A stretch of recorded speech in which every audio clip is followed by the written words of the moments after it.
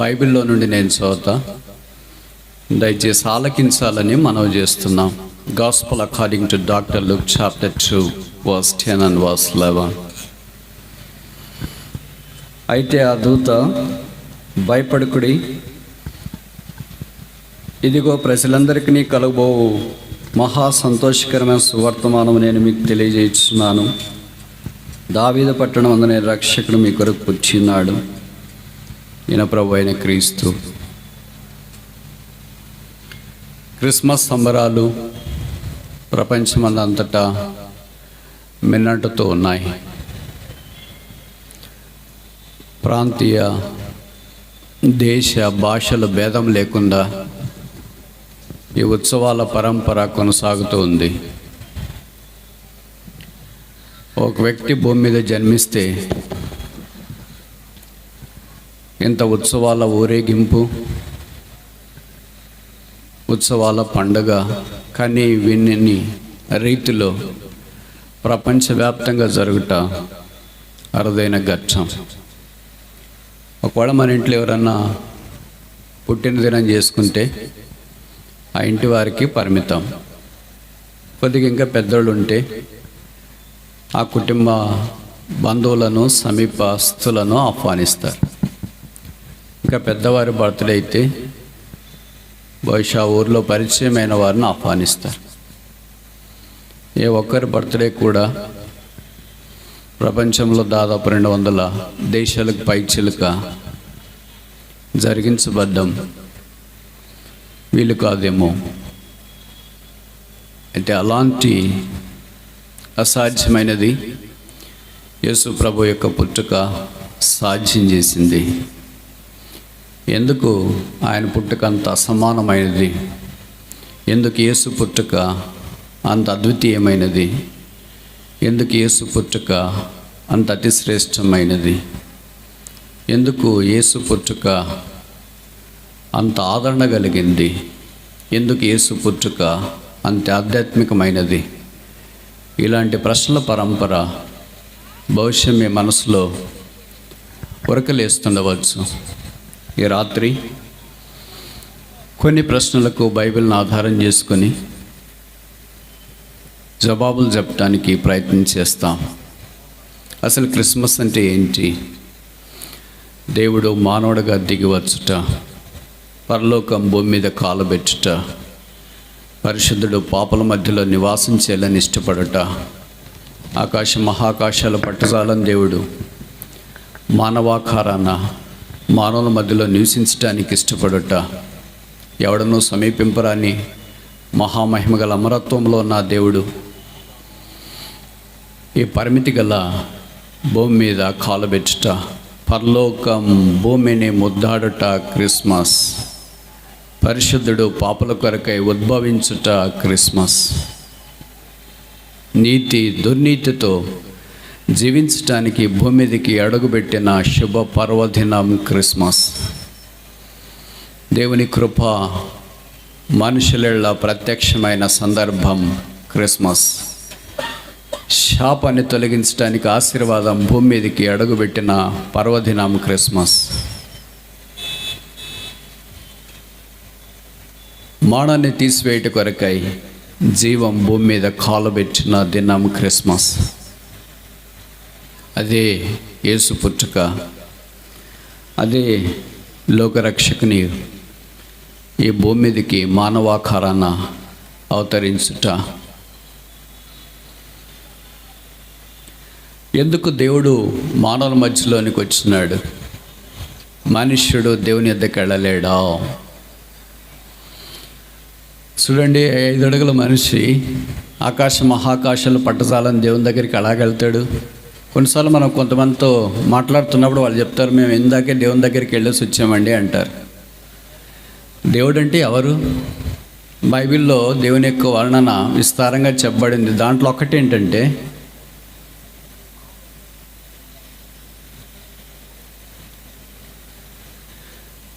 సూర్య తేజస్సు కంటే మిక్కిలి ప్రకాశమానమైన వెలుగు. వేసవికాలంలో బహుశా ఆ ప్రాంతంలో సూర్యుడు మండుచూ ప్రకాశిస్తున్నప్పుడు మిట్ట మధ్యాహ్నం మనం బయటికి వెళ్ళి ఉండాలంటేనే చాలా ఇబ్బంది పడతాం. వేసవి చాలా తీవ్రత అంట, ముఖ్యంగా కడపలో. మా యూనివర్సిటీకి ఒక వైస్ ఛాన్సలర్ వచ్చినాడు. ఆయన చెప్పాడు, దేశంలో ఏ ప్రాంతంకైనా 4 సీజన్స్ ఉంటాయి, కడపలో మాత్రం ఒకే ఒక సీజన్ ఉంటుంది, అదే వేసవికాలము అన్నాడు. బహుశా చలికాలమైనా వేసవికాలంగా ఎండలు మండిపోతూ ఉంటాయి. లేక సూర్య ప్రభావము ఎన్నో కోట్ల మైళ్ళ మానవ దృష్టికి లేదా భూమికి దూరంగా ఉంటేనే అంత తీవ్రంగా ఉంటే, ఒకవేళ ఆ సూర్యుడు ఇప్పుడు మన మధ్యలోనికి వచ్చినాడు అనుకోండి, ఎంతమంది దేవుని చూస్తారు? ఎంతమంది సూర్యుని దగ్గరికి వెళ్తారు? ఎంతమంది సూర్యునితో మాట్లాడతారు? ఇది విచిత్రం కదా. 5 అడుగులు 6 అడుగులు ఉన్న మనిషి దేవుడి దగ్గరికి ఎలా వెళ్తాడు? మనుషుని ప్రయత్నాలు దేవుని దగ్గరికి తీసుకుని వెళ్ళలేవు. మనుషుని యొక్క కార్యక్రమాలు దేవుని చేరలేవు. మనుషుడు దేవుని వెతకాలని చేసే ప్రతి ప్రయత్నము కేవలము శూన్యము. అందుకే ఒక పండిత మహాశయుడు ఇలాగన్నాడు, man search for God is religion, God search for man is the gospel. There are many religions in this world, but only one gospel, the gospel of Jesus Christ.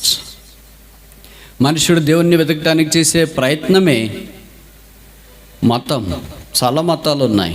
దేవుడు మానవుని వెతకడానికి చేసిన ప్రయత్నమే సువార్త. ఒకే ఒక సువార్త, అదే యేసుని గుర్చిన సువార్త, అదే సిలువ సువార్త. కనుక మనుషుడు దేవుని దగ్గరికి వెళ్ళలేడు కనుక దేవుడే మానవుడుగా ఈ భూమి మీదకి దిగి వచ్చినాడు. కానీ మనుషుడు దేవుని దగ్గరికి వెళ్తున్నాను అనే భ్రమలో ఉన్నాడు. ఆ భ్రమతోనే తన జీవితాన్ని ఆరంభించినాడు, కొనసాగిస్తున్నాడు, ముగిస్తున్నాడు. ఉదాహరణకి మనం కడపలో ఉన్నాం అనుకోండి, హైదరాబాద్కి వెళ్ళాలంటే ఎలాగెళ్తాం? కొంత డబ్బులు ఉండాలా, కొంత తెలివి ఉండాలా. ఢిల్లీకి వెళ్ళాలంటే ఎలాగెళ్తాం? ఇంకెక్కువ డబ్బులు ఉండాలి, ఇంకెక్కువ తెలివి ఉండాలా. అమెరికా వెళ్ళాలంటే ఇంకెలాగెళ్తాం? ఇంకెక్కువ డబ్బులు ఉండాలి, ఇంకెక్కువ తెలివి ఉండాలా. చంద్రమండలానికి వెళ్ళాలంటే ఇంకెక్కువ డబ్బులు ఉండాలి, ఇంకెక్కువ తెలివి ఉండాలి, ఇంకెక్కువ ఆరోగ్యం కూడా ఉండాలా. ఒక మనిషి ఒక స్థలం నుండి ఇంకో స్థలానికి వెళ్ళడానికి ఇన్ని అవసరమైనప్పుడు ఆకాశ మహాకాశాలు పట్టజాలని ఆ దేవుని దగ్గరికి మనిషి వెళ్ళడానికి ఇంకెన్ని ఉండాలా? ఎంత డబ్బులు ఉండాలా? ఎంత తెలివి ఉండాలా? ఎంత ఆరోగ్యం ఉండాలా? మరి అందరు డబ్బు ఉన్నోళ్ళే ఉన్నారా? అంత ఆరోగ్యం ఉన్నోళ్ళే ఉన్నారా? అంత తెలివి ఉన్నోళ్ళే ఉన్నారా? అలాగ ప్రపంచంలో ఉండడం దుస్సాధ్యం కదా. కనుక మనుషుడు దేవుని దగ్గరికి వెళ్ళడం కూడా దాదాపు దుస్సాధ్యమే. అందుకే దేవుడు మానవుడిగా ఈ భూమి మీదకి దిగి వచ్చినాడు. నేను ముందుకు వెళ్ళక మునుపు ఈ రాత్రి మీ గమనాన్ని ఒక తీర్మానం వైపు మళ్లించాలని కోరుతున్నాను. అదొక ఊరు. ఆ ఊరిలోకి యవనస్తుడు ఉన్నాడు. ఒక పెద్ద ఆయన దగ్గర ఇలాగో ఎదురెదురుగా నిలబడి మాట్లాడుతున్నాడు. ఆ యవనస్తుడు తన చేతిలో కోడి పిల్ల చేతిలో పట్టుకుని ఉన్నాడు. ఆ పెద్ద ఆయనకి కనిపించట్లేదు. అంకుల్, నా చేతిలో కోడి పిల్ల ఉంది, ఇది బతికిందే చచ్చిందే? మీరు చెప్పండి, కరెక్ట్ చెప్పాలా అని అన్నాడు. అంకుల్ అనుకున్నాడు, బతికిందని చెప్తే చంపేస్తాడేమో గొంతు పిసికి, ఎలాగో చేతిలోనే ఉంది కదా. చచ్చిందని చెప్తే చంపకుండా అలాగే బతికిస్తాడేమో. కానీ ఏం చెప్పినా కష్టమే. బతికిందని చెప్పాలా, చచ్చిందని చెప్పాలా? ఏం చెప్పాలా? ఆ యవనస్తుని చేతిలో ఉన్న కోడిపిల్ల బతికిందా, చచ్చిందా? అందుకే ఆ పెద్ద ఆయన చాలా తెలివిగా ఆలోచించి చెప్పాడంట, అయ్యా, నీ చేతిలో ఉన్న కోడి పిల్ల బతికిందో చచ్చిందని చెప్పేదానికంటే అది బతకడం చావడం నీ చేతిలోనే ఉంది. నువ్వు చంపాలనుకుంటే తను చంపొచ్చు, లేదా అలాగే బతికుండాలనుకుంటే బతకొచ్చు. ఈ సాయంకాలం ఇక్కడ చేరి వచ్చిన అశేష జనానికి దేవుని నామమున చేతులు జోడించి మనవి చేసేది ఏంటంటే, నీ ఆశీర్వాదం నీ చేతిలో ఉంది, నీ జీవం నీ చేతిలోనే ఉంది, నీ మేలు నీ చేతిలోనే ఉంది, నీ క్షేమం నీ చేతిలోనే ఉంది, నీ సమాధానం నీ చేతిలోనే ఉంది. ఎవరి చేతుల్లోనో ఎక్కడో ఉంది, నేనేం చేసుకోలేను అని అనుకోవద్దు. అందుకే దేవుడి అవకాశం మరలా నీకు అనుగ్రహించినాడంటే తప్పు కాదేమో. మానవ మాత్రుణ్ణి దేవుడు అమితంగా ప్రేమించినాడు. ఆయన ప్రేమకు వెలకట్టలేము. ఆయన ప్రేమను వర్ణించడానికి, ఊహించడానికి కుదరదు. దేవుడు మానవుడిగా ఈ భూమి దగ్గర దిగివచ్చుట అద్వితీయమైన సంగతి. 6000 సంవత్సరాల మానవ చరిత్రలో మొదటిసారి జరిగింది. అందుకే దాన్ని మనము క్రిస్మస్గా పరిగణిస్తూ ఉన్నాం. మీలో కొంతమందికి కొన్ని విషయాలు పరిచయం కదా. యేసుక్రీస్తు ప్రభువు వారు ఈ భూమి మీదకి ఒక ఉద్దేశంతో వచ్చాడు. మనమందరం కూడా ఈ భూమి మీద జన్మించున్నాం. ఎందుకు జన్మించున్నాము అని ఎవరైనా అడిగితే మన దగ్గర ఒకటే జవాబు ఉంటుంది. ఏంటది? Why are we born on this earth? ఎందుకు ఈ భూమి మీద మనం పుట్టాం? The simple reason is this: we are born to live. జీవించడానికి పుట్టాం. అయితే 6000 సంవత్సరాల మానవ చరిత్రలో ఒకే ఒక్కడు, only one person was born to die. That is Jesus Christ. ఒకే ఒక్కడు మాత్రం చనిపోవటానికి భూమి మీదకి వచ్చినాడు. ఉదాహరణకి చూడండి, మనకు ప్రాణం అంటే ఎంత ప్రీతి కదా. ఎంత బాగాలేకపోయినా ముసలోళ్ళు ముదుకోళ్ళు ఉన్నా కూడా డాక్టర్లు చెప్పేస్తారు, ఇంక వీడి పని మనం ముందుకు కొనసాగలేము, అయిపోయింది కనుక మీరు తీసుకుని వెళ్ళండి అని హాస్పిటల్లో నుండి డాక్టర్లు చెప్తే, అయినా మనకు ప్రాణం అంటే తీపి కనుక ఎలాగైనా మీరు బతికించండి సార్ అని ప్రయత్నం చేస్తాం. రేపు చనిపోతున్నా ఒక్కరోజు పెంచితే చాలు వాళ్ళ ఆయుష్ అనుకుంటాం. ఒక వారం పెంచితే చాలు, ఒక నెల పెంచితే చాలు. పోనీ అంత అనారోగ్యంగా ఉన్న వాళ్ళు ఒక రోజు ఆయుష్ పెరిగితే ఏం చేస్తారు? ఏం చేయలేరుగా. అంత అనారోగ్యంగా ఉన్న వాళ్ళకు 1 వారం ఆయుష్ పెరిగితే ఏం చేస్తారు? ఏం చేయలేరుగా. ఒక్క మాసము వాళ్ళ ఆయుష్ పెరిగితే అనారోగ్యంగా ఉన్నవాళ్ళు ఏం చేయలేరుగా. మనకు ప్రాణం అంటే మమకారం, బ్రతకంటే ఇష్టం. అందుకే బ్రతకటానికి భూమి మీద జన్మించిన. కానీ యేసు ప్రభు వారు చనిపోవటానికి భూమి మీదకి వచ్చినాడు. 3.5 సంవత్సరాలు ఆయన పరిచర్య ధర్మంలో మత్తయి సువార్త మొదలుకొని యోహాను సువార్త దాకా 30వ భాగమైన మరణాన్ని గురించి మాట్లాడినాడు. ఒక్క యేసుక్రీస్తు ప్రభు గుండెల నిండా మాత్రమే మరణాన్ని గురించి మాట్లాడే ధైర్యం ఉంది. సాధారణంగా మరణాన్ని గురించి వేరెవరు మాట్లాడటానికి ఇష్టపడరు. ఎంతసేపు ఉన్న సంతోషమైన సంగతులు మాట్లాడాలని ఇష్టం ఉంటారు, కానీ మరణం అంటే ఎవరికి ఇష్టం ఉండదు. అయితే ఈ పుట్టిన దినాన్ని మరణాన్ని గురించి ఎందుకు ప్రస్తావిస్తారు అని బహుశా మీలో కొంతమందికి అనుమానం రావచ్చు. దాన్ని నివృత్తి చేయడానికి వచ్చారు ప్రయత్నం. అదొక పెద్ద మహాసభ, ఇలాంటి పెద్ద సమ్మేళనం ఏర్పాటు చేసినారు. అది క్రైస్తవ సమ్మేళనమే. ఆయా స్థలాల నుండి చాలామంది అక్కడికి చేరి వచ్చినారు.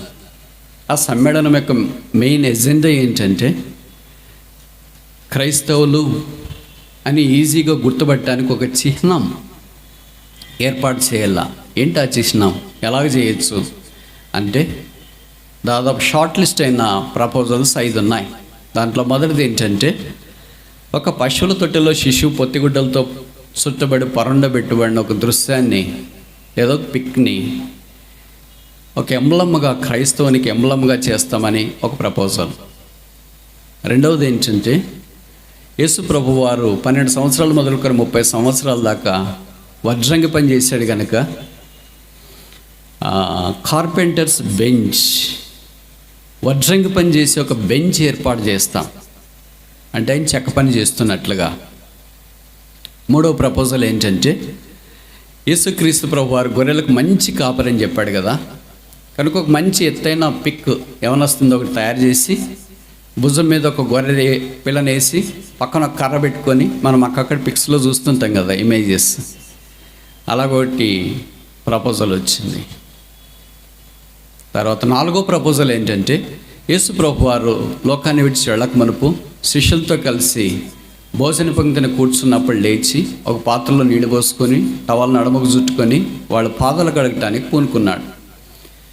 అలాగొక యవనస్తుడు పళ్ళెంలో నీళ్లు పోసుకొని నడుముకు టువాలు కట్టుకొని పాదాలు కడిగే దృశ్యం ఒకటి తయారు చేస్తామని ప్రయత్నం చేసినారు. 5వది ఆఖరిది, ఒక సామాన్యమైన అభాగ్యుడు అన్నాడంట, ఇవన్నీ చాలా కాంప్లికేటెడ్గా ఉన్నాయి. యేసు ప్రభు వారి మరణము సులువు మీకు జరిగింది కదా, అందుకు ఒక నిలువు కొయ్య, ఒక అడ్డు కొయ్య క్రైస్తవానికి చిహ్నం అని వేస్తే ఎలాగుంటుంది అని అన్నారంట.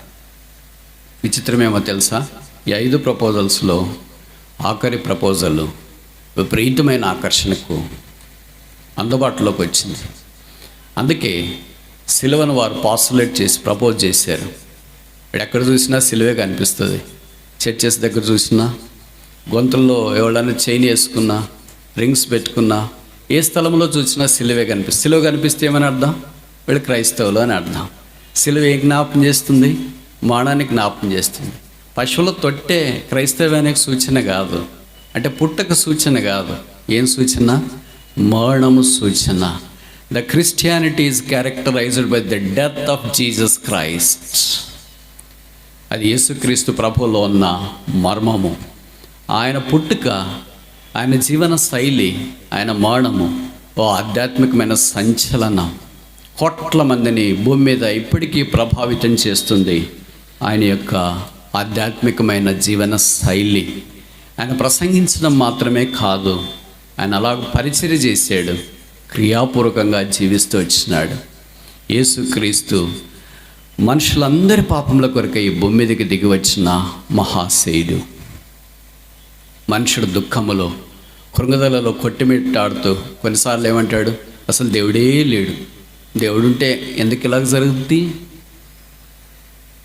కొద్దిగా చదువుకున్నాడు కూడా, 10th క్లాస్ ఇంటర్మీడియట్ చదువుకున్నాడు కూడా ఇప్పుడు ఒక ఫ్యాషన్ అయిపోయింది. Where is God? దేవుడు ఎక్కడున్నాడు? మాటలు నేర్చుకున్నారు, లాంగ్వేజ్ నేర్చుకున్నారు కనుక బహుశా ఇవన్నీ దొరుకుతూ ఉన్నాయేమో. సృష్టికర్త లేకుండా సృష్టి ఎలాగో ఉనికిలోనికి వస్తుంది? దుస్సాధ్యం కదా. అందుకే సృష్టికర్తే ఆ దేవుడు. అదొక ఊరు, ఆ ఊరిలో ఒక కాలేజ్ ఉంది. ఆ కాలేజీలో ఒక లెక్చరరు చాలా డీసెంట్గా ఉండేవాడు. ఆయన కెమిస్ట్రీ లెక్చరర్. సాధారణంగా సైన్స్ లెక్చరర్లు అంటే చాలా పాష్గా ఉంటారు. వాళ్ళు చెప్పే టీచింగ్ కంటే వాళ్ళ డ్రెస్ స్టూడెంట్స్ని ఎక్కువ ప్రభావితం చేస్తుంటుంది. వాళ్ళ హెయిర్ స్టైల్, వాళ్ళ షూ, వాళ్ళు వేసే డ్రెస్సు, దీన్నే స్టూడెంట్స్ ఎక్కువ చూస్తుంటారు. కానీ ఆయన పాఠం వినేది చాలా తక్కువ అనుకుంటే అంటే తప్పు కాదేమో. అలాగే ఒకసారి సెలవులకి వెళ్ళక మనపు ఒక పాఠం చెప్తా ఉంటే ఒక విద్యార్థి లేచి వెనక నుండి అన్నాడంట, సార్ నాకు కొన్ని ప్రశ్నలు ఉన్నాయి, అంటే కొన్ని ప్రశ్నలు ఉంటే జవాబు చెప్పలేనాయా, ఇప్పుడు ఒకే ఒక ప్రశ్న అయితే జవాబు చెప్తాను అన్నాడంట. అప్పుడు ఆ స్టూడెంట్ లేచి అడిగాడంట, sir what is a man? మనుషుడంటే ఏంటి? అప్పుడు ఈయన కెమిస్ట్రీ లెక్చరర్ కదా, కొద్దిగా తెలివైన వాడే. అందుకే ఇప్పుడు జవాబు ఇలాగ చెప్పాడు, man is nothing but a set of molecules in emotion. మనిషి అంటే ఏం లేదు, set of molecules in emotion. అంటే కదల్సిన పరిమాణం లెక్క సమూహాన్నే మనిషి అని అంటారు అన్నారు. క్లాస్ అంతా చప్పట్లు మారిపోకపోయాయి. సార్ ఎంత సింపుల్గా చెప్పాడా లైఫ్ అంటే అని అనుకున్నారు. చప్పట్లతో ఆయనకు వీడ్కోలు పలికారు. ఆ క్లాస్ అంతా వీడ్కోలు పలికింది. తర్వాత వేసవి సెలవులు అయిపోయిన తర్వాత తిరిగి వచ్చినారు. విచిత్రం ఏంటో మొదటి రోజు కెమిస్ట్రీ క్లాసే ఉంది. ఈసారి ఇప్పుడు క్లాస్కి వచ్చినాడు. కానీ వెకేషన్కి ముందు, సెలవులకు ముందు వెళ్ళినట్లుగా ఇప్పుడు సెలవులు అయిపోయిన తర్వాత క్లాస్కి రాలేదు. సెలవులకు ముందు చాలా హైఫైగా వచ్చినాడు. ఇప్పుడు సెలవులు అయిపోయిన తర్వాత అంత తల జుట్టు పెంచుకొని, గడ్డం పెంచుకొని, షేవింగ్ లేకుండా, సరైన డ్రెస్ లేకుండా, షూ లేకుండా, ఏదో అట్లా ఇట్లా చాలా దీనంగా వచ్చినాడు. పిల్లలు షాక్ తెలుసా, అరే ఏంట్రా సార్ ఇలాగ మారిపోయాడు, ఎళ్ళక ముందు చాలా బాగుండేవాడు. He was a role model for all of us, but he became so sad, so disappointed. చాలా బలహీనంగా ఉన్నాడు, నిరుత్సాహకరంగా ఉన్నాడు. ఏం జరిగింది అని క్లాస్ అయిపోయిన తర్వాత ఒక పిల్లవాడు, ఏ పిల్లవాడైతే ఇంతకుముందు అడిగాడు, సార్ వాట్స్ ఎ మ్యాన్, మనిషి అంటే ఏంటని, ఆ పిల్లవాడే లేచి అడిగాడు, సార్ నాకు ఒక ప్రశ్న ఉంది అడగొచ్చా అంటే అడగయ్యా అన్నాడు. సరే ఇది పర్సనల్ ప్రశ్న, మీరు ఏమనుకోకూడదు, వ్యక్తిగతమైన ప్రశ్న అని. పర్లేదులే, ఎందుకు సార్ మీరు ఇలాగ అయిపోయారు, వెళ్ళేటప్పుడు చాలా స్మార్ట్గా ఉన్నారు, మీరు మా అందరికి రోల్ మోడల్, మీ డ్రెస్, మీ హెయిర్ స్టైల్, మీ నడక, మీ పెన్ను, మీ మొబైల్ ఫోన్, మీ ఇన్షర్ట్ ఒక్కటేంటి సార్, మీరే ఒక రోల్ మోడల్ సార్. ఇప్పుడేమయ్యారయ్యా, ఏం చెప్పాలయ్యా నా బాధ, చెప్పటానికి వీలు కాదు. అయ్యో సార్ ఏం జరిగింది సార్, మీరు అంత మాట అంటే ఏం సార్, చెప్పండి సార్ మేమంతా హెల్ప్ చేస్తాము. కెమిస్ట్రీ క్లాస్ అంటే క్లాస్ రూమ్ నిండేటట్లు ఉంటుంది. అది చాలా సబ్జెక్ట్ కదా, ఎంత తేలిగ్గా చెప్పినా అంత కష్టంగా అర్థమైద్ది. అందుకని ఏం జరిగింది సార్, చెప్పండి సార్ చెప్పండి. ఏం చెప్పుకోలేనులే మీ దగ్గర, నేను వెళ్ళిపోతున్నాను సార్, ప్లీజ్ చెప్పండి సార్, మాకు ఇదే భయం అయిపోతుంది సార్ మీరు చెప్పకుండా పోతే అంటే. ఆయన అన్నాడంట, సెలవుల్లో నా భార్య, ఊరికే చెప్తున్నా, కరోనాతో చనిపోయింది అని. అప్పుడు కరోనా లేదు.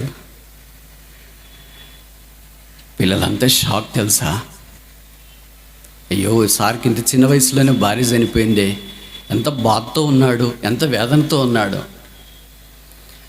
అప్పుడు అదే పిల్లోడు అన్నాడు, సార్ దానికంత ఎందుకు బాధపడతారు సార్, మీరే చెప్పారు కదా వాట్ ఈజ్ మ్యాన్ అంటే man is nothing but a set of molecules in emotion అన్నారు. Why don't you consider one more set of molecules in emotion?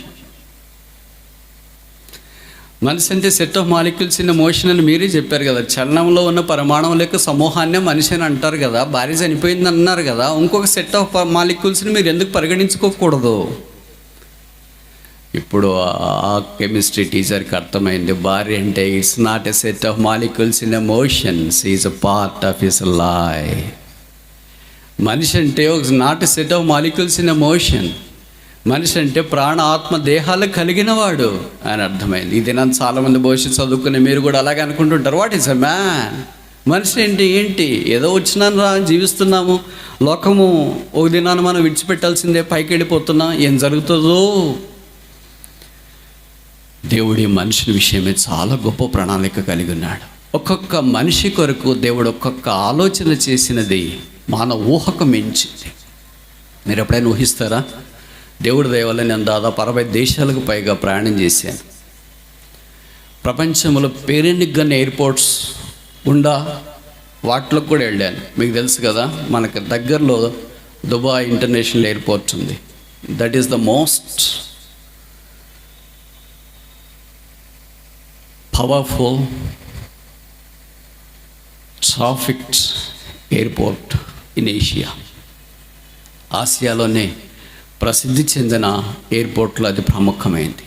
ఇలాగ అమెరికాలో ఉన్నాయి, యూరోప్లో ఉన్నాయి, లండన్ ముఖ్యంగా. ఇలా కొన్ని పేరెన్నికన్న 5-6 ఎయిర్పోర్ట్స్ ఉన్నాయి. ఆ ఎయిర్పోర్ట్స్లో దిగితే మనకు కనపడని, మనం చూడని దేశీయుడు ఉండడు. దాదాపు ప్రతి దేశీయుని మనం అక్కడ చూస్తాం. ఒకసారి అలాగే ఎయిర్పోర్ట్లో కూర్చొని చూస్తుంటే రకరకాల మనుషులు, ఒక 1000 మందిని మనం చూసాం. 1000 దేశాలండి. వాళ్ళు ఏ ఇద్దరు కూడా ఒకే రకంగా నడవరు, ఏ ఇద్దరు కూడా ఒకే రకంగా ఉండరు, ఏ ఇద్దరు కూడా ఒకే రకంగా మాట్లాడరు, ఏ ఇద్దరు కూడా ఒకే రకంగా కళ్ళుగా ఉండవు, ఏ ఇద్దరికి కూడా ఒకే రకంగా వెంట్రుకలు ఉండవు. ప్రతి ఒక్కళ్ళు మనం ఎంతమంది చూసినా అంతమంది వేరుగా ఉంటాం. Which means there is no duplicity in the creation. అంటే సృష్టిలో నకిలీ లేదు. Every part of a human being is created by God by his own will and pleasure. మనిషిని యొక్క ప్రతి భాగాన్ని దేవుడు తనకి ఇష్టమైన విధానంలో అందంగా తానే తయారు చేశాడు. దీనికి నకిలీ, జిరాక్స్, ఫోటోకాపీ, ఇమేజ్, పిక్ అసలు లేనే లేదు. Every man and woman is unique creation in the sight of the Lord. దేవుని దృష్టిలో ప్రతి మనుష్యుడు అసమానమైన సృష్టి. ఇప్పుడు చూడండి, మనకు ఒక చిన్న పరీక్ష పెట్టారనుకోండి, ఒక 5 నిమిషాల్లో మీకు నచ్చిన కూరగాయల పేర్లు చెప్పుకొని చెప్పండి అంటే పాస్ అవుతాం, ఫెయిల్ అవుతామా? ఒక 5 నిమిషాల్లో మీకు నచ్చిన పండ్ల పేర్లు చెప్పుకొని చెప్పాలంటే పాస్ అవుతాం, ఫెయిల్ అవుతామా? ఒక 5 నిమిషాల్లో నీకు నచ్చిన వ్యక్తుల పేర్లు చెప్పిన పేరు చెప్పుకొని చెప్పాలంటే పాస్ అవుతాం, ఫెయిల్ అవుతామా? నేను ఖచ్చితంగా చెప్పగలను, మనలో అందరం ఆ టెస్ట్లో ఫెయిల్ అవుతాం. ఎందుకంటే మనకు తెలియకుండానే చెప్పింది రిపిటేషన్ వస్తుంది.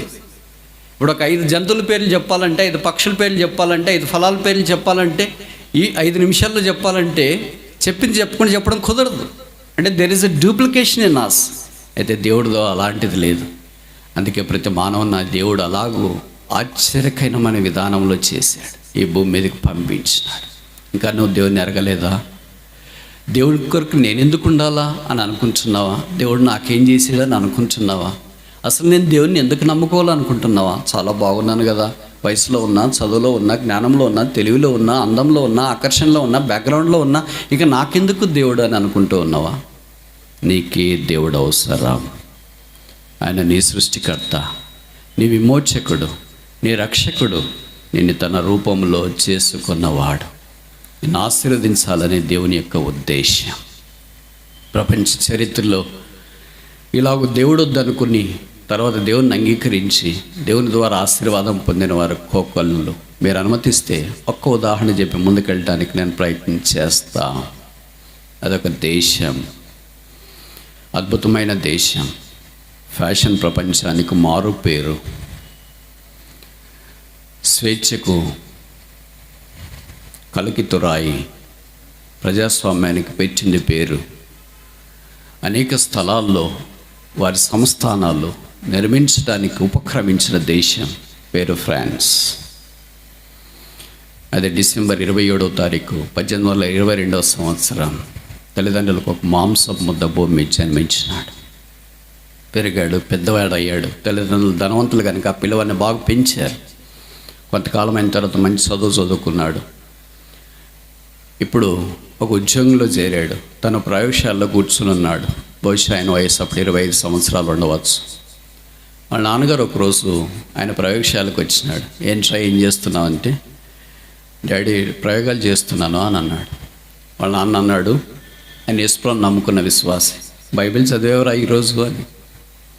బైబిల్ని అలాంటి వాళ్ళకి ఎందుకు డాడీ? నా అలాంటి కుర్రోళ్ళకి కాదు, మీలాంటి వృద్ధులకు. ప్రార్థన చేసుకున్నారా ఈరోజు?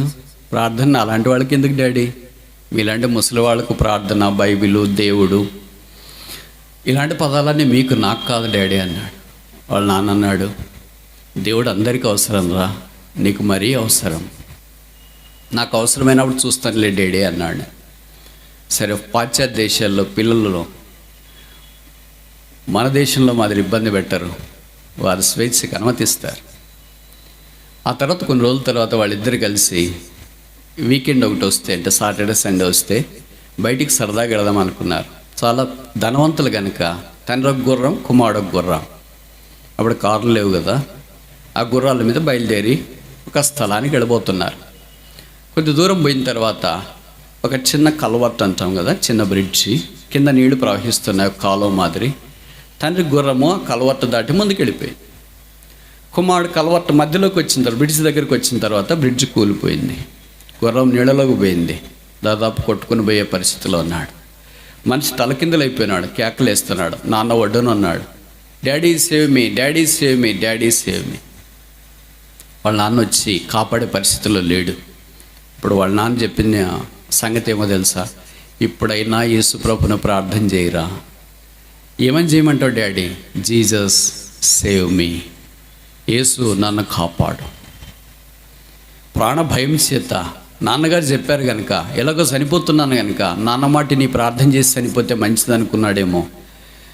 గుర్రము కింద మనిషి తలకిందులైపోయి దాదాపు నీళ్ళల్లో కొట్టుకుపోయే పరిస్థితులు ఎలా కేకలేశాడు, Jesus save me, Jesus save me, Jesus save me. ఇలాగ 3 సార్లు కేకలేసేటప్పటికి తనకు తెలియకుండానే అప్రయత్నంగానే గుర్రము ఆయన్ని తీసుకుని తన భుజం మీద వేసుకునింది, అంటే వీపు మీద. ఇప్పుడు గుర్రమే ఈదుతూ ఆ కాలువలో నుండి బయటకు వచ్చింది. ప్రాణాపాయం తప్పింది. జలగండం నుండి బయటపడ్డాడు. నాన్న దగ్గరికి వెళ్ళి కౌగిలించుకున్నాడు. నాన్న, నాకు ఈ సలహా చెప్పినందుకు చాలా థ్యాంక్స్ అన్నాడు. అప్పుడు ప్రభువును హృదయపూర్వకంగా అంగీకరించినాడు. యేసు కొరకు జీవించడానికి తీర్మానం చేసుకున్నాడు. ప్రాణం కాపాడబడిందని. రోజులు గడుస్తున్నాయి, పెళ్ళయింది, తనకు పిల్లలు అయిపోయారు. చాలా వినూత్నమైన ప్రయోగాలు చేశాడు. ప్రపంచంలో ప్రఖ్యాత శాస్త్రవేత్త అయ్యాడు. ఆయన గురించి ఇప్పుడు ఎందుకు చెప్తున్నామంటే, ఇప్పుడు చాలా అవసరం. ఆయనకు అనుకున్న 3 ప్రపంచ చరిత్రను మార్చివేసినాయి. మీకు తెలుసో తెలీదు, ఈ దినాల్లో మనం వింటున్నాం కదా, COVID-19 వ్యాక్సినేషన్. సింగిల్ డోజా, డబుల్ డోజా, బూస్టర్ వేసుకున్నారా లేదా? ప్రపంచానికి ఏనాడు ఈ వ్యాక్సినేషన్ అనే పదం అంత ఎక్కువగా తెలియదు. ఇప్పుడు నాకు తెలిసి తెలియని వాళ్ళు ఉండరు అనుకుంటా. గ్రామాల్లో వాళ్ళు కూడా వ్యాక్సినేషన్ గురించి మాట్లాడతారు. వ్యాక్సినేషన్ మొట్టమొదటి శాస్త్రవేత్త యొక్క పని. దేనికి వ్యాక్సిన్ కనుక్కున్నాడో తెలుసా? 3. మొదట, ఆ దినాల్లో కరోనా లేదు, కలరా చాలా తీవ్రంగా ఉండేది. ఆ కలరా కొరకు వ్యాక్సిన్ కనుక్కున్నాడు. రెండవది ఏమో తెలుసా? వీధిలో కుక్కలు ఎక్కువ ఉండేవి మన కడపలో ఉన్నట్లు. అందుకే కుక్కలు కాటుకు బలై చాలామంది చనిపోయేవారు. Rabies vaccination. కుక్కలు కరిచిన తర్వాత చనిపోకుండా దానికి వ్యాక్సినేషన్ కనుక్కున్నాడు. 3వది ఏంటో తెలుసా? యాంథ్రాక్స్.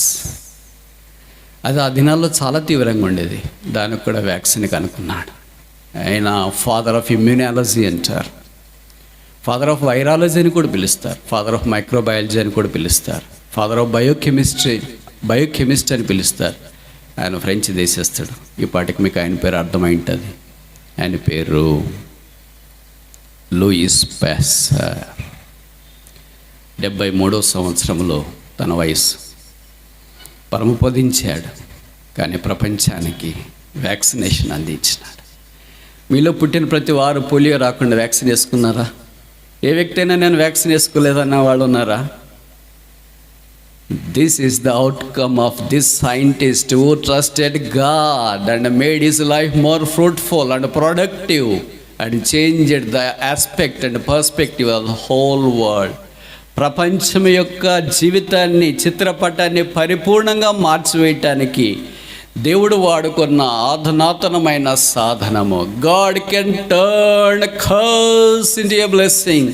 శాపాన్ని దేవుడు ఆశీర్వాదంగా మార్చగలడు, మరణాన్ని దేవుడు జీవముగా మార్చగలడు, గండాన్ని దేవుడు ఆశీర్వాదముగా మార్చగలడు, ఏకాంత జీవితాన్ని దేవుడు కక్కలు పెట్టైన పదనైన నుడిమిర్మానుగా మార్చగలడు, దుఃఖాన్ని నిట్టూర్పుని దేవుడు ఎగిరిపోనట్లు చేయగలడు. దేవుడికి అసాధ్యమైనది ఏమీ లేదు. బహుశా ఈ స్థలంలోనికి దిగులతో, వేదనతో, కృంగుదలతో, అవమానంతో ఆత్మహత్య చేసుకోవాలని ప్రయత్నంతో బహుశా నీవు ఇక్కడికి వచ్చావేమో. నీవు చనిపోవాల్సిన పని లేదు. నీ కొరకై చనిపోవటానికి రక్షకుడి భూమి మీద జన్మించినాడే. Saviour is born not to live but to die. చనిపోవటానికి వచ్చిన లోకరక్షకుడు నాడు. ఆ లోకరక్షణ గురించి మేము ప్రకటిస్తున్నాం. ప్రతి వారి జీవితాల్లో శాశ్వత శోభాతిశయముగాను, బహుతరములకు సంతోష కారణముగాను, ఆశ్చర్యకరముగా మార్చాలని దేవుని యొక్క ఉద్దేశం. దాని కొరకే దేవుడిని నీ భూమి మీదకి పంపించాడు. దాని కొరకే నీకు తల్లిదండ్రులను ఇచ్చినాడు, బంధువులను ఇచ్చినాడు, ఆరోగ్యం ఇచ్చినాడు, క్షేమం ఇచ్చినాడు, భద్రత ఇచ్చినాడు, అవకాశం ఇచ్చినాడు. ఈ దినాన ఆయన ప్రేమ సందేశం వినే భాగ్యము నీకు అనుగ్రహించాడు. నీ జీవితం యొక్క విలువ కానీ పరమార్థం కానీ ఎప్పుడైనా గ్రహించినావా? దేవుడు నిన్ను ప్రేమిస్తున్నాడు. దేవుడికి నువ్వు కావాలి. దేవుడు నీ విషయమై పట్టింపు కలిగి ఉన్నాడు. దేవుడు నీ విషయమై జాలి కలిగి ఉన్నాడు. నీ కన్నీటిని తొడవాలని కోరుతున్నాడు. నీ గాయాలు కట్టాలని కోరుతున్నాడు. నీకు సమాధానం, నెమ్మది ఇవ్వాలని కోరుతున్నాడు. ఈ లోకాన్ని విడిచిపెడితే పరలోక రాజ్యంలో నిన్ను ప్రవేశపెట్టాలని దేవుని యొక్క అభీష్టం. ఆ దేవుడే యేసుక్రీస్తు ప్రభువు. ఆయన గురించే ఈ క్రిస్మస్. ఆయనే మానవుడిగా ఈ భూమి మీదకి దిగి వచ్చి మనకు ఆ సమాధానం, సంతోషం, నెమ్మది అనుగ్రహించాలి ఉచితంగా ఆయన ఇష్టపడ్డాడు. అందుకే ఆయన కన్య గర్భాన పేదనడుగా ఈ భూమి మీద జన్మించినాడు. ఆయన పాపం చేయలేదు, పాపం ఎరగడు, పాపం తెలియదు. నాలో పాపం ఉన్నదని మీలో ఎవడు స్థాపించగలడని సవాలు విసిరిన ఏకైక వ్యక్తి, లోక రక్షకుడు, రక్షణకర్త యేసుక్రీస్తు ప్రభువు. ఆయన పాపరహితుడు. ఆయన శిలువ మీదకి వెళ్ళాడు. ఆయన తల మీద ముళ్ళ కిరీటం, ముఖం మీద ఉమ్మి, చేతుల్లో మేకులు, దేహమంతా 39 కొరడా దెబ్బలు. ఎవరైనా మనల్ని కొడుతున్నారు అనుకోండి, ఇప్పుడు ఒక బెత్తం తీసుకుని ఎవరైనా నన్ను కొడితే మీరు అంతా ఇలాగే చూస్తూ ఉండిపోతారా? అయ్యో కొట్టొద్దని రానరా? దగ్గరకు వచ్చి విడిపించడానికి ప్రయత్నం చేయరా? దేవాతి దేవుడైన లోక రక్షకుని శరీరాన్ని కొరడాలతో అలాగ దున్నుతుండగా 1 2 3 4 5 6 7 8 9 10 అలాగ 39 దెబ్బలు కొడుతుండగా లోకమంతా అదొక ఎగ్జిబిషన్ మాదిరి వీక్షించింది. కానీ ఏ ఒక్కరొచ్చి కొట్టొద్దన్న పుణ్యానికి వెళ్ళినట్లు మనం గమనించాము. ఆ దెబ్బలు భరించినాడు. బైబిల్లో రాయబడింది, ఆయన వీపు చారలుగా లోతుగా దున్నబడింది. వికారుడుగా మార్చబడ్డాడు. రక్తం కార్చి చనిపోయి సమాధి చేయబడి తిరిగి 3వ దినాన లేచాడు. కొంతమంది అంటారు, సిలువలో 3 మేకల మీద తను వేలాడదీసినప్పుడు 3 మేకలు పీక్కోలేనివాడు దేవుడు ఎలాగైతాడండి? 3 మేకలు కొట్టేవాడు మనుషుడు, 3 మేకలు పీక్కొని సిలువ మీద నుండి దిగి వచ్చేవాడు మనుషుడు, 3 మేకల మీద వేలాడేవాడు దేవుడు. 39 కొరడా దెబ్బలు కొట్టేవాడు మనుషుడు, 39 కొరడా దెబ్బల నుండి తప్పించుకోవడానికి ఇష్టపడేవాడు మనుషుడు, 39 కొరడా దెబ్బలు పుణ్యము కొరకై కొట్టించుకునేవాడు దేవుడు. ఈట తీసుకొని పొడవటానికి వెళ్ళేవాడు మనుషుడు, ఈట పొడిచిస్తున్నారు కదా అని తప్పించుకోవడానికి ఇష్టపడేవాడు మనుషుడు. ఆ ఈట నొప్పి నేను భరిస్తానని ముందుకొచ్చేవాడు దేవుడు. తల మీద ముళ్ళ కిరీటం ఉంచడానికి ఇష్టపడేవాడు మనుషుడు. ఆ ముళ్ళ కిరీటం తయారు చేసిన వాడు మనుషుడు. ముళ్ళ కిరీటం నాకొద్దు, వజ్ర వైడూర మరకత మాణిక నీళ్ళలు కెంపులు పచ్చలు పొదిగించబడిన ముళ్ళ కిరీటం నాకు అవసరమని ముందుకొచ్చేవాడు మనుష్యుడు. ఆ ముళ్ళ కిరీటమే యేసుక్రీస్తు ప్రభువారు భరించాడు. లోకమంతా ఆశ్చర్యకరమైన శ్రేష్టమైన కిరీటాలు ధరించవచ్చు, కానీ ముళ్ళ కిరీటం ధరించడానికి ఎవరు వస్తారు? ముఖం మీద అందమైన క్రీమ్స్ రాసుకోవడానికి ముందుకు వచ్చేవాళ్ళు ఉంటారు, కానీ వేయించుకోవడానికి ఎవరు వస్తారు? దేహమంతా చక్కగా మసాజ్ చేయించుకునే వాళ్ళు ఉంటారేమో, కానీ కోడా దెబ్బలు తినడానికి ముందుకు వచ్చేవారు ఎవరుంటారు? పక్కన ఆకర్షణీయంగా తయారు చేసుకునే వారు ఉంటారేమో, కానీ ప్రక్కలో బల్లెంతో పడిపించుకునేవారు ఎవరుంటారు? కాళ్ళను సున్నితంగా ఉంచుకునేవారు ఉంటారేమో, కానీ కాళ్ళ మీద మేకులతో కొట్టించుకునేవారు ఎవరుంటారు? 6000 సంవత్సరాల మానవ చరిత్రలో అలాంటి వ్యక్తి ఒకే ఒక్కడు, పేరు యేసుక్రీస్తు ప్రభు. బైబిల్ సెలవిస్తుంది, యేసు రక్తము ప్రతి పాపము నుండి మనల్ని కడిగి పవిత్రులుగా చేయును. యేసు రక్తమే మానవుని యొక్క పాపానికి విరుగుడు. త్రాహిమాం క్రీస్తునాథా శరణం శరణం శరణం శరణం అని శరణగోరి వచ్చిన పాపిని యేసుక్రీస్తు ప్రభువు తన రక్తముతో కడిగి శుద్ధీకరించి పరిశుద్ధపరిచి పరలోక రాజ్యంలో చేర్చడానికి ఉచితంగా ఇష్టపడుతున్నాడు. ఈ రాత్రి నీ జవాబు ఏంటి? ఎంతకంటే నిన్ను ప్రేమించి ప్రాణం పెట్టేవారు ఎవరున్నారు? నీ ప్రాణం తీసేవాళ్ళు ఈ లోకంలో ఉన్నారు. ప్రాణం ఇచ్చేవారు ఎవరైనా ఉన్నారా? నీ ఇద్దరు నుండి దోచుకునేవారు ఎవరైనా ఉన్నారు? తాను నీ కొరకు అప్పగించుకునేవారు ఎవరైనా ఉన్నారా? నీ కీడు చేసేవారు ఈ లోకంలో ఉన్నారు. నీకు మేలు చేసేవారు ఎవరైనా ఉన్నారా? ఆయన పేరే యేసుక్రీస్తు ప్రభువు. ఆయనే మేలు చేయవాడు, ఆయనే ఆశీర్వదించేవాడు, ఆయనే శ్రేష్టమైనవన్నీ దయచేవాడు. ఇదిగో రక్షకుడు మీ కొరకు పుట్టి ఉన్నాడు. అదొక ఊరు. ఆ ఊర్లో తండ్రి కుమారులు చాలా సంతోషంగా ఉన్నారు. తల్లి చాలా కాలం క్రితమే చనిపోయింది. కుమారుడు బీటెక్ చదువుతున్నాడు.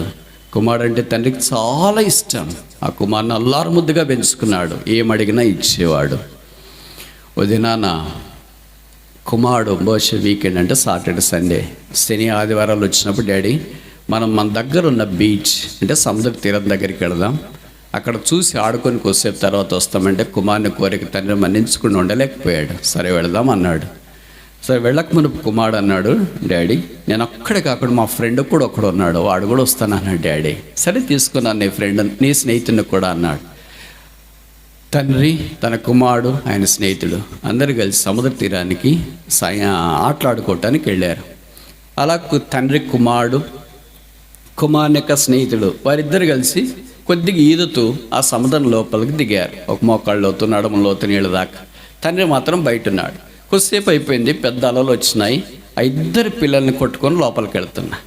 ఇప్పుడు ఇద్దరు పిల్లలు గొంతు దాకా నీళ్ళలో మునిగి కేకలేస్తున్నారు. చేతులు మాత్రం పైకి కనిపెట్టేటాడు. అంకో నన్ను రక్షించండి అని కుమారుని స్నేహితుడు, కుమారుడు డాడీ సేవ్ మీ, నాన్న నన్ను రక్షించు అని కేకలేస్తున్నారు. ఇలా కేకలేస్తున్నారు. ఎవరిని రక్షించాలా?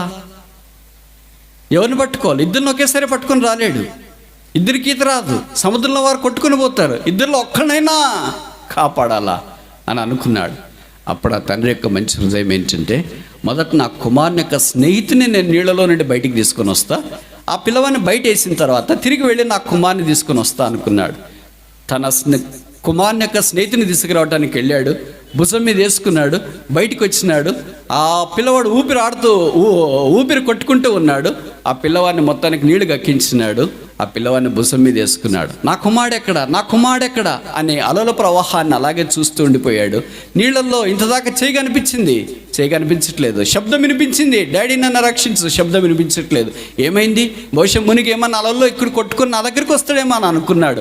అలాగే సముద్రం వైపు తేరి చూస్తుండగా కాళ్ళ దగ్గర ఒక స్పృహ మాదిరి ఏదో వచ్చి కొట్టుకున్నట్లు అనిపించింది. ఏంటి నా కాళ్ళను తాకింది? చేపనా, తాబేలా, తిమింగళమా ఏంటని తన కుమారుని యొక్క స్నేహితుని బాడీని అంటే స్నేహితుని భుజం మీద వేసుకొని కాళ్ళ వైపు కిందికి చూశాడు. కిన్నుడయ్యాడు. గుండె పగిలింది. కుమారుని శవం, కాళ్ళ దగ్గర కుమారుని శవం, భుజం మీద కుమారుని స్నేహితుని యొక్క ప్రాణం. దేవుని ప్రేమకు ఇదొక చిరు ఉదాహరణ. దేవుడు తన కుమారుడైన యేసుక్రీస్తు ప్రభు వారిని మన కొరకే శిలువ మీదకు పంపించి ఆయన అప్పగించి ఆయన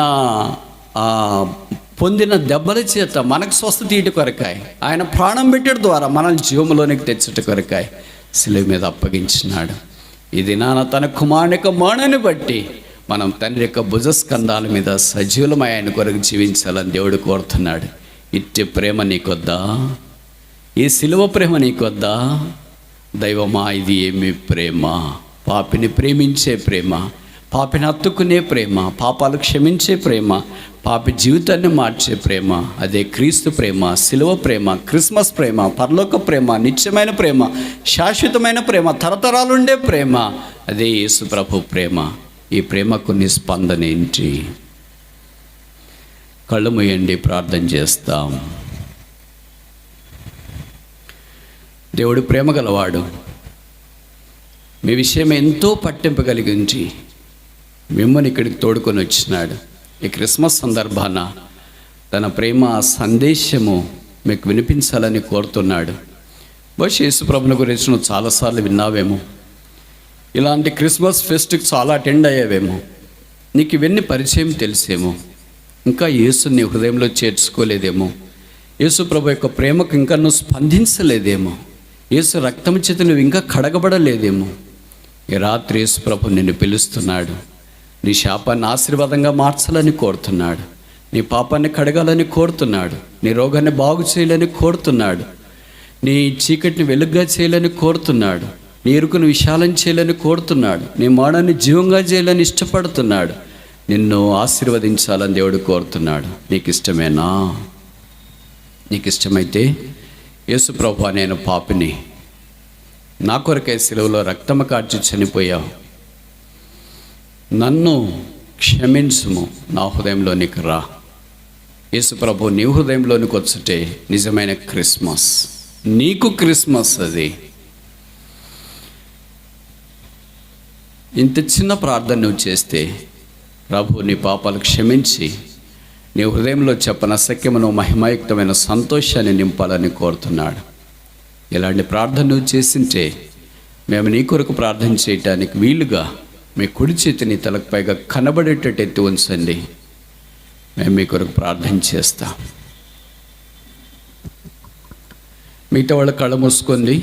ఎవరైనా ఎక్కడైనా, యేసు ప్రభువా, నా హృదయంలోనికి రా, నా పాపాలు క్షమించు, నన్ను ఆశీర్వదించు, నా చేయి పట్టుకో.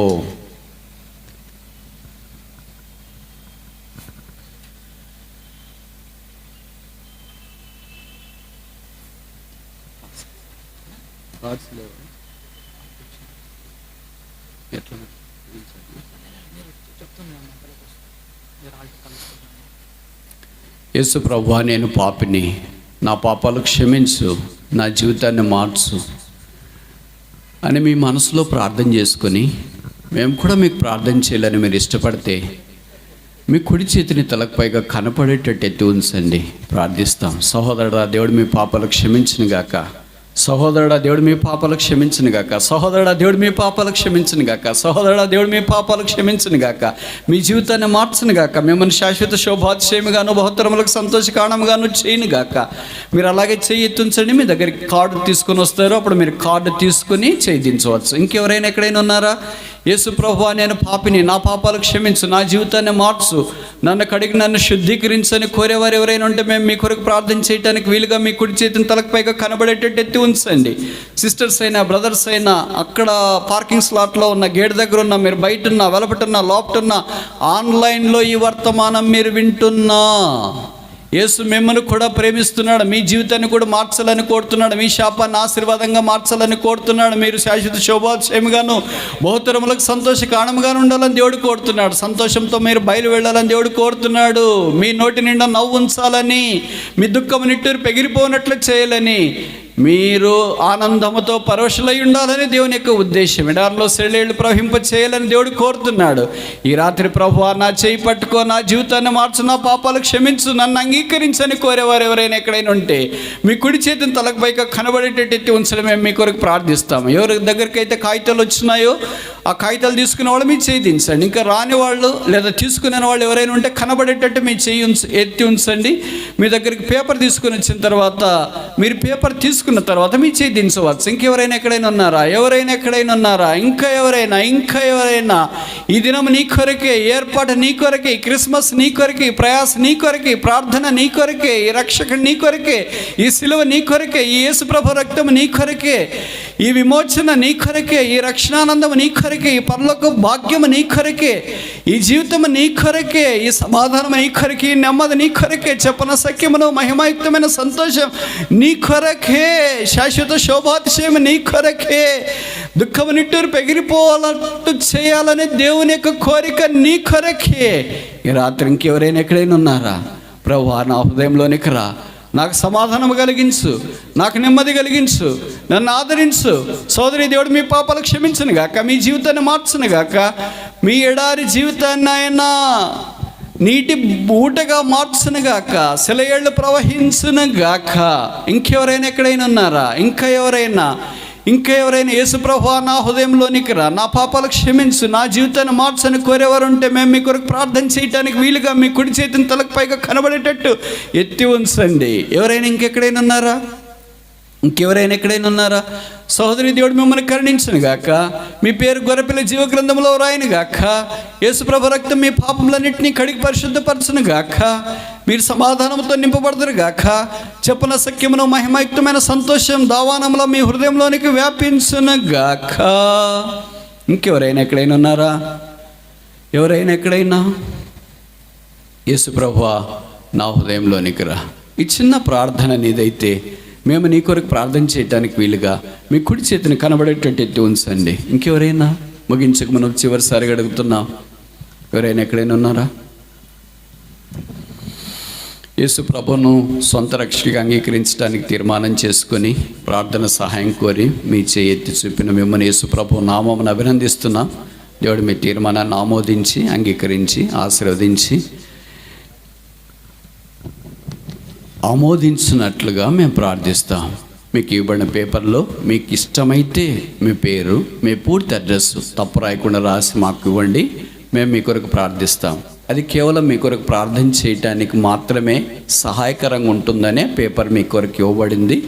మీకు ఆ పేపర్లో మీ అడ్రస్, మీ పూర్తి వివరాలు రాయడం అభ్యంతరకరంగా ఉంటే దయచేసి మీరు మానివేయవచ్చు. అలాగేం అభ్యంతరం లేదు, మా కొరకు మీరు ప్రార్థన చేయండి అని మీరు కోరితే ఖచ్చితంగా కరెక్ట్గా మీ పేరు, మీ అడ్రస్ పూర్తిగా రాసి బ్రదర్స్కి, సిస్టర్స్కి ఇవ్వండి. ఆ తర్వాత మీరు ఇంటికి వెళ్ళిన తర్వాత బైబిల్ క్రమంగా చదవండి, ప్రభు క్రమంగా ప్రార్థన చేయండి. మీకు అందుబాటులో ఉన్న దేవుని మందిరానికి క్రమంగా వెళ్ళండి, దేవుని ఆశీర్వాదం పొందండి. మీ అందరికీ క్రిస్మస్ మరియు నూతన సంవత్సర శుభాకాంక్షలు. దేవుడు మనందరిని ఆశీర్వదించి దీవించునుగాక. ప్రార్థన.